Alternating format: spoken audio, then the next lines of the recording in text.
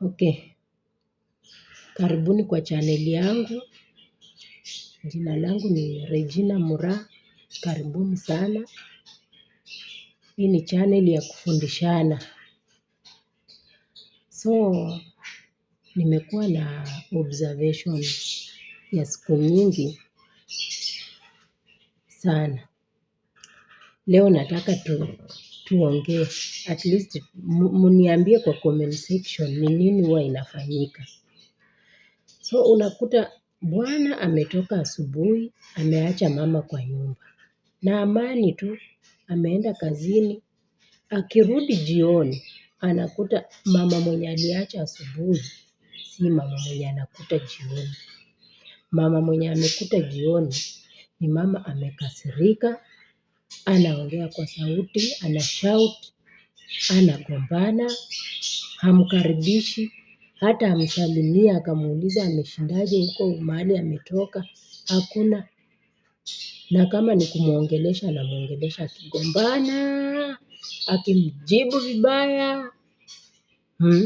Kwani ni nini huwaga imefanyika mchana? Mimi hiyo kitu ndio najiuliza. Sipati jibu. Mnipe jibu kwa comment section. Saa zingine utakuta tu baba anaingia, mama ameketi.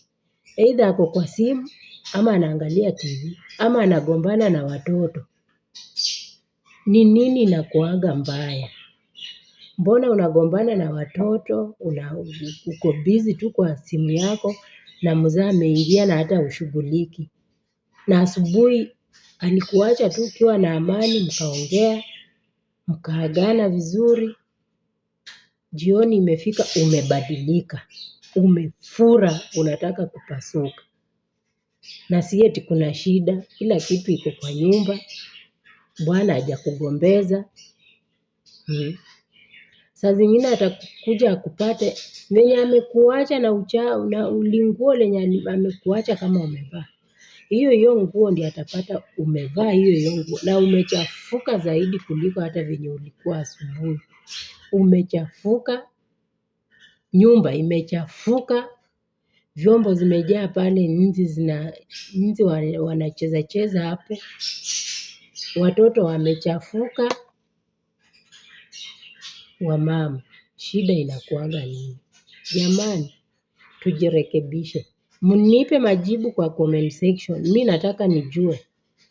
Maana nimeletewa mambo mengi, mashtaka mengi, nisaidie kusuluhisha, mengine hata yamenishinda. Hebu nisaidieni kwa comment section. Ni nini inakuanga mbaya na wamama? Wengine, sio wamama wote, wengine. Kazi ni ugomvi.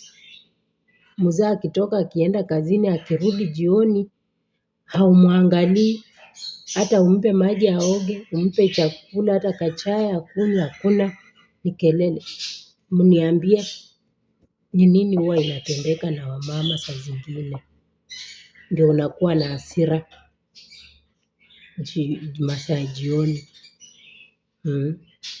Ama asubuhi. Ukute mama ameamka na kelele, anagombana na watoto.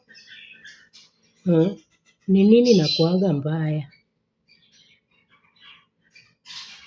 Subscribe kwa chaneli yangu tukiendelea kufundishana.